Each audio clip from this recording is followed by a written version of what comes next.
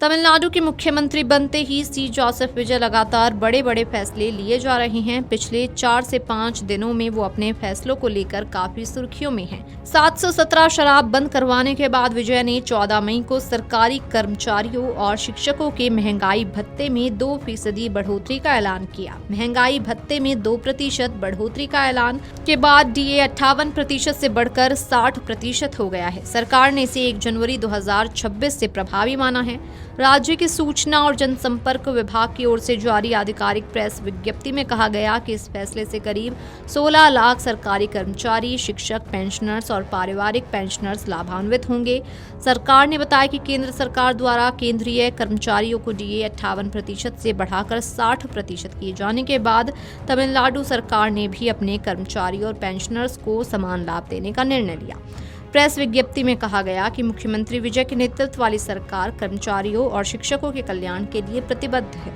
सरकार के अनुसार डीए बढ़ोतरी से राज्य के खजाने पर सालाना करीब 1230 करोड़ रुपए का अतिरिक्त बोझ पड़ेगा। इसके बावजूद कर्मचारी और पेंशनर्स के हितों को ध्यान में रखते हुए अतिरिक्त राशि आवंटित करने का फैसला लिया गया है। वहीं तमिलनाडु में कलाइगनार, मगलीर, उरमाई, थोगई की मई महीने की किस्त में देरी को लेकर सियासत तेज हो गई है। जीएम के अध्यक्ष एम के स्टालिन ने मुख्यमंत्री विजय पर निशाना साधते हुए सवाल उठाया कि हर महीने 15 तारीख तक दी जाने वाली 1000 रुपए की सहायता राशि अब तक क्यों जारी नहीं की गई। स्टालिन ने सोशल मीडिया प्लेटफॉर्म एक्स पर पोस्ट कर कहा कि मई महीने की राशि 15 तारीख तक लाभार्थी महिलाओं के खातों में पहुंच जानी चाहिए थी। पहले से चल रही योजना को जारी रखने में अब देरी क्यों हो रही है?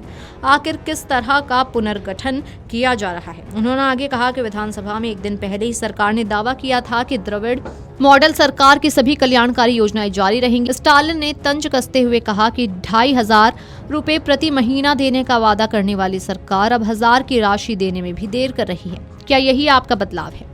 हालांकि आपको बता दें कि ये महिला योजना पिछली डीएम के सरकार द्वारा शुरू की गई थी। इसका नाम दिवंगत डीएम के नेता और पूर्व मुख्यमंत्री एम करुणानिधि के नाम पर रखा गया था। इस योजना के तहत पात्र महिलाओं को हर महीने 1000 रुपए की आर्थिक सहायता दी जाती है। तो वहीं विजय सरकार ने स्पष्ट किया कि लाभार्थी महिलाओं को मई महीने की किस्त जल्द जारी की जाएगी। सरकार की ओर से जारी बयान में कहा गया कि योजना के पुनर्गठन के लिए कुछ समय की आवश्यकता है, लेकिन मुख्यमंत्री जोसेफ विजय ने निर्देश दिया है कि मई महीने की 1000 रुपए की राशि सीधे लाभार्थियों के बैंक खातों में जल्द जमा कराई जाए। गौरतलब है कि अप्रैल में हुए विधानसभा चुनाव से पहले विजय की पार्टी टीवीके ने अपने चुनावी वादों में 60 वर्ष से कम उम्र की महिलाओं को हर महीने 2500 रुपए की सहायता राशि देने का ऐलान किया था। अब योजना की राशि जारी होने में हुई देरी को लेकर विपक्ष सरकार को घेर रहा है। इससे पहले सीएम पद की शपथ लेने के साथ ही सीएम विजय ने सबसे पहले 200 यूनिट फ्री बिजली का ऐलान किया और महिला सुरक्षा के लिए बड़ा ऐलान किया था। इसके बाद उन्होंने 717 तमिलनाडु स्टेट मार्केटिंग कॉर्पोरेशन शराब दुकानों को बंद करने का आदेश जारी किया था। ये सभी दुकानें धार्मिक स्थलों, शैक्षणिक संस्थानों और बस स्टैंडों के 50 मीटर के दायरे में संचालित हो रही थी। मुख्यमंत्री जोसेफ विजय ने अधिकारियों को निर्देश दिया कि वे ऐसे शराब दुकानों की पहचान करें जो मंदिर, मस्जिद, चर्च, स्कूल, कॉलेज और बस स्टैंड के बेहद करीब स्थित हैं।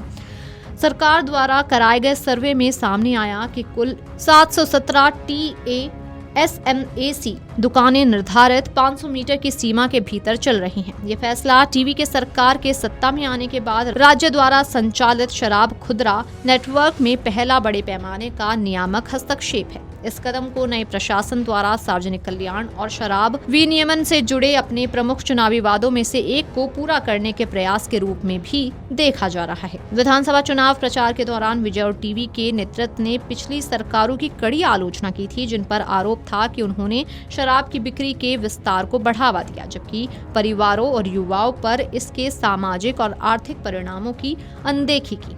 VGTest अगर आप ये वीडियो YouTube पर देख रहे हैं तो हमारे चैनल को सब्सक्राइब कर बेल आइकन दबाएं और Facebook पर देख रहे हैं तो हमारे पेज को लाइक करें।